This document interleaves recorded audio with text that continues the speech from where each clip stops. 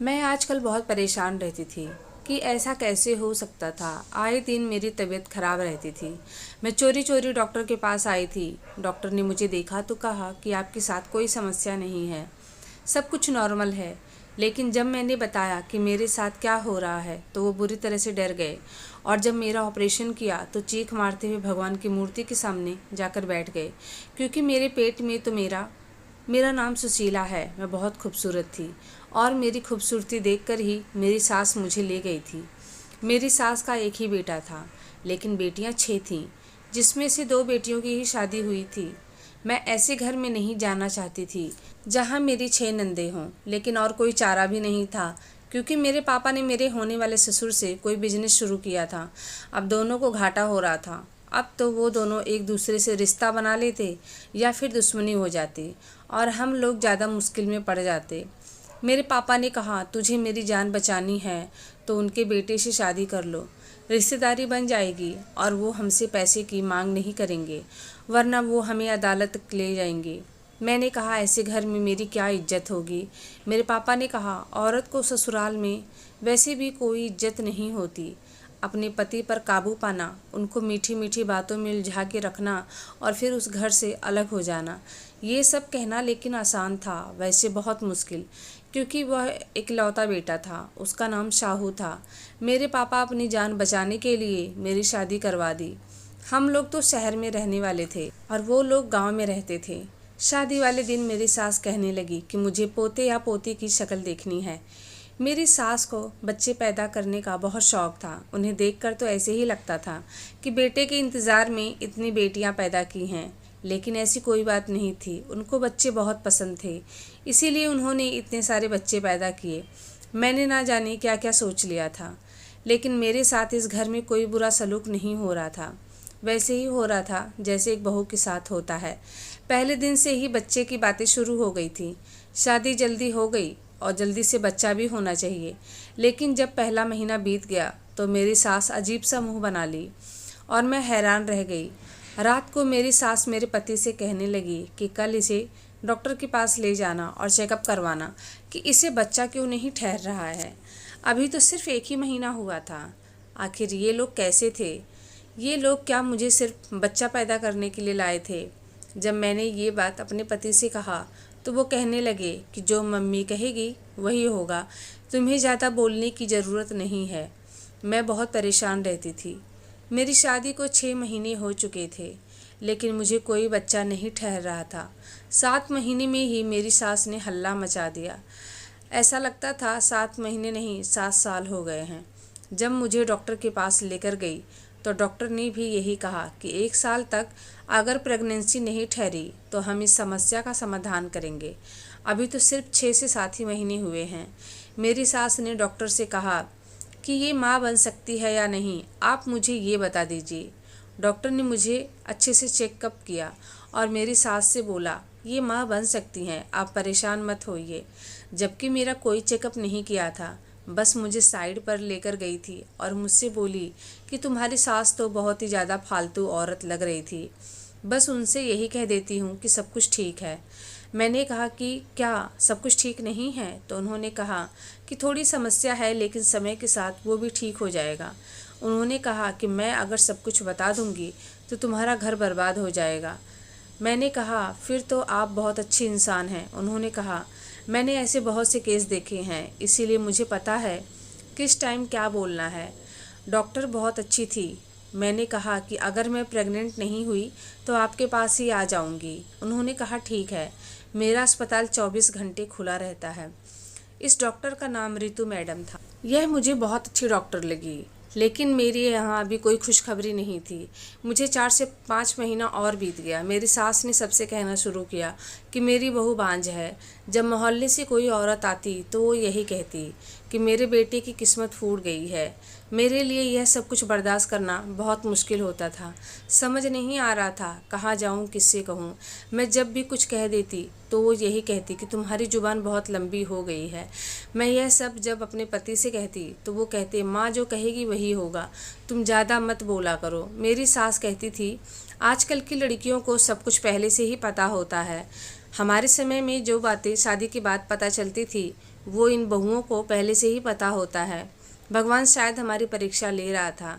जब हमारी शादी की सालगिरह हुई तो मेरे पेट में 3 महीने का बच्चा था। 1 साल के अंदर ही मैं प्रेग्नेंट हो गई थी। यह तो भगवान की कृपा थी कि मैं ज़्यादा उम्र की नहीं थी, वरना मेरी सास मुझे और ताने मारती। मेरा पति तो कुछ बोलता नहीं था, उसकी माँ जो कहती वो चुपचाप वही करता था। एक दिन मेरी तबीयत ज़्यादा ख़राब हो गई तो वो मुझे वैद्य के पास ले गए और उन्होंने कहा कि मैं माँ बनने वाली हूँ। यह सुनकर सबको सुकून आया। मेरी सास को तो खुश होना चाहिए था, लेकिन उनके चेहरे पर परेशानी दिख रही थी, क्योंकि वो मुझे पूरे ख़ानदान में बांझ साबित कर चुकी थी। सब लोग उनसे यही कहने लगे कि आप तो कहती थी कि बहू बांझ है, ये कैसे हो गया। मैं भी चुपचाप थी, क्योंकि भगवान ने मेरी सुन ली थी। जितना मेरी सास को शौक़ था उतना ही मेरा ख्याल रखा जाएगा, मैंने ऐसा सोचा था, लेकिन यहाँ ऐसा कुछ नहीं हुआ। मेरा ख्याल बिल्कुल भी नहीं रखा गया, उल्टा मेरे सर पर कामों का ढेर कर दिया गया था। मेरे लिए ना कोई अच्छी चीज़ लाती, ना मेरे पति को लाने देती। जब मैं अपने पति से कुछ लाने को कहती तो वो कहता कि मम्मी से पूछ कर लाऊंगा, और जब वो मम्मी से कहते तो मम्मी कहती कि इसकी कोई ज़रूरत नहीं है। ये सब औरतों के चोचले होते हैं। ऐसे टाइम में पति को उंगली पर नचाना चाहती हैं, जानबूझकर मासूम बन जाती हैं। कोई तबीयत खराब नहीं होती, औरतें तो होती ही हैं बच्चा पैदा करने के लिए। बस अपनी बीवी की बात सुनता जाया करो और एक कान से निकाल दिया करो। बीवी को ज़्यादा सर पर चढ़ाओगे तो बाद में बहुत पछताओगे। मुझे बहुत ज़्यादा बुरा लगा था। मुझे छोटी छोटी समस्या होती, लेकिन क्योंकि ये मेरा पहला बच्चा था। लेकिन जब मैं कुछ कहती तो मेरे पति कहते कि माँ के साथ तो ऐसा कुछ नहीं हुआ था, तुम्हारे साथ क्यों हो रहा है। एक दिन जब मेरी बड़ी ननद आई और वो भी पेट से थी और उनके पेट में ज़ोर से दर्द हुआ तो मेरी सास कहने लगी, हाँ हाँ ऐसे टाइम में दर्द होता है, आराम भी करना होता है, दूध भी पीना चाहिए, फल भी खाना चाहिए। लेकिन अगर मैं ये सारी बातें कहती तो वो कुछ नहीं बोलती थी। वो कहती तुम्हारी सेहत अच्छी है, तुम्हें क्या ज़रूरत है किसी चीज़ की। उनको अपनी बीमारी के लिए बताती तो यही कहती कि तुम तो दुबली पतली हो, तुम्हारा बच्चा आराम से पैदा हो जाएगा, जबकि मेरा पेट भी बहुत निकला हुआ था। इतना तो मैंने आज तक किसी को नहीं देखा था। इस बात पर कहती कि पहला बच्चा है तो पेट तो निकलेगा ही, लेकिन मेरे साथ पता नहीं क्या समस्या थी कि मेरा पेट बहुत ही ज़्यादा निकल था। इसीलिए मेरी सास कहती कि इतना बड़ा पेट निकला है तो हमारा बच्चा बहुत तंदुरुस्त होगा, ज़्यादा उल्टी सीधे बातें करने की ज़रूरत नहीं है। मेरी ज़िंदगी तो जैसे तैसे ही बीत रही थी। मुझे फ़िक्र थी तो अपने होने वाले बच्चे की। उन्होंने मेरे बच्चे के लिए कपड़े भी नहीं बनवाए थे।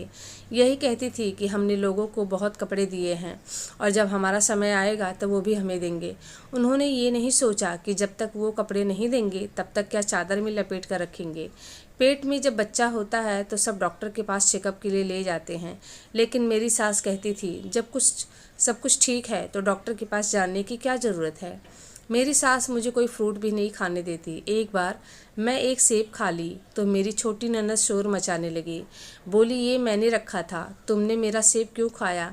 मैंने अपनी सास से कहा कि मेरा 9 महीने से ऊपर जा रहा है, मुझे डॉक्टर के पास लेकर जाइए। लेकिन मेरी सास ने कहा तुम्हें दिन याद नहीं रहते, अभी कोई दिन ऊपर नहीं हुआ है, अगर दिन ऊपर हुआ होता तो अब तक दर्द शुरू हो गया होता, इसका मतलब दिन नहीं पूरा हुआ है। इधर उधर कमर में दबा कर देखी और कहने लगी अभी समय नहीं हुआ है। मेरा पेट बढ़ता ही जा रहा था, लेकिन किसी को मेरी कोई चिंता होती नहीं थी। मेरा 13वां महीना शुरू होने वाला था। सब दर्द होने का इंतज़ार कर रहे थे।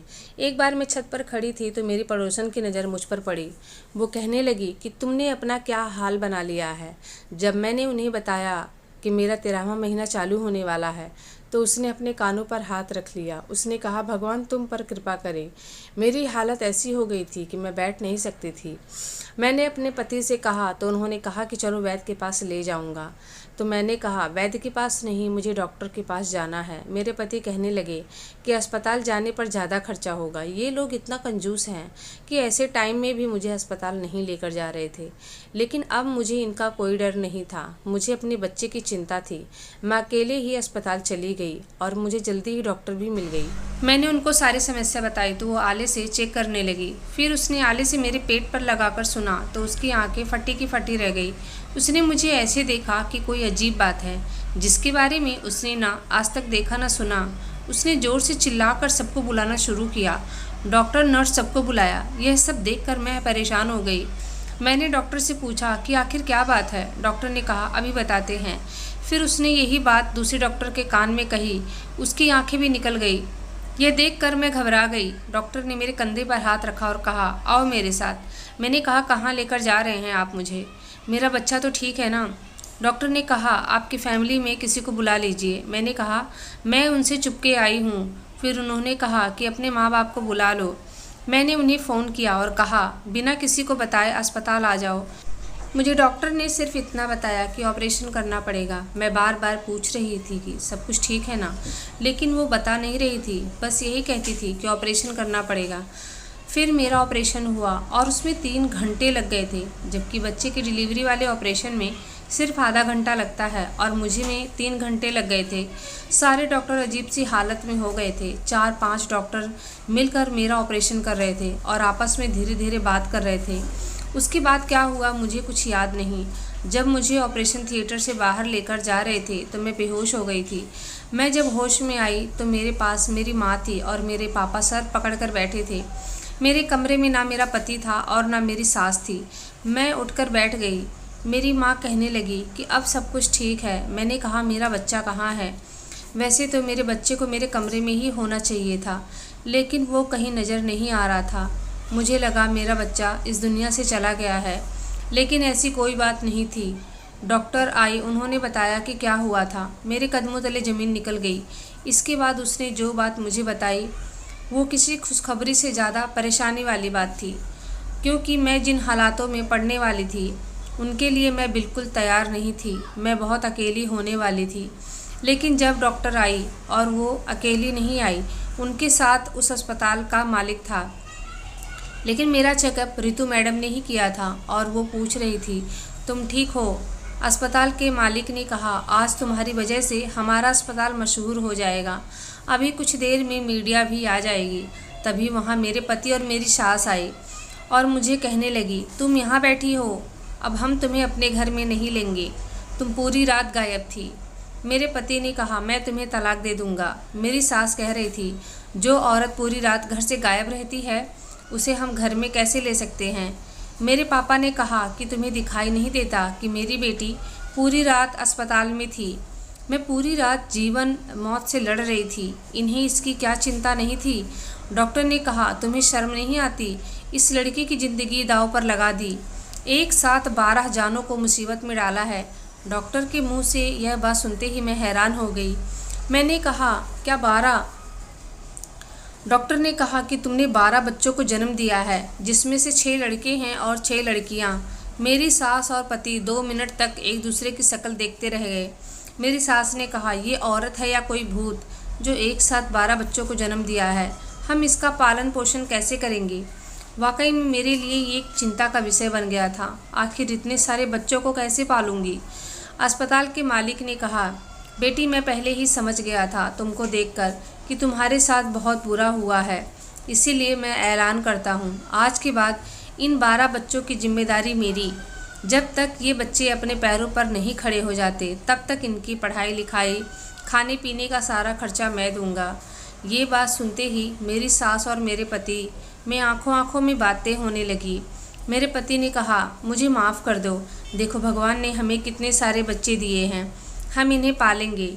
मैंने मेरे पति का हाथ झटक दिया और कहा अभी तक तो तुम मुझे तलाक दे रहे थे, अब कैसे साथ में रहने की बातें कर रहे हो?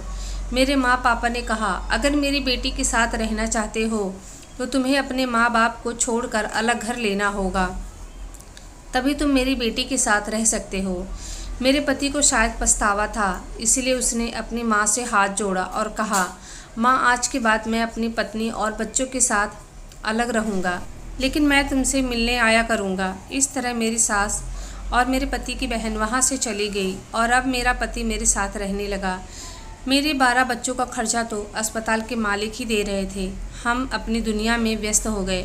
12 बच्चों को पालना बहुत मुश्किल था और ये बात मीडिया में मशहूर हो गया कि एक छोटे से गांव में एक औरत ने 12 बच्चों को जन्म दिया है। भगवान जब इस दुनिया में किसी को भेजता है तो उसके लिए सब इंतज़ाम भी कर देता है, जैसे कि मेरे 12 बच्चे। क्योंकि 12 बच्चों की परवरिश आसान नहीं है, लेकिन उसके लिए भी उन्होंने एक ऐसे इंसान को चुन लिया जो एक साथ इन 12 बच्चों की जिम्मेदारी ले ली। मेरे लिए बहुत मुश्किल होता, लेकिन पति की मदद से थोड़ा थोड़ा आसान हो गया था। दोस्तों, आज की कहानी आप लोगों को कैसी लगी? अच्छी लगी है तो वीडियो को लाइक कीजिए, शेयर कीजिए। चैनल पे नए हैं तो चैनल को सब्सक्राइब कीजिए। मिलती हूँ अगली वीडियो में एक अच्छी सी कहानी के साथ। धन्यवाद।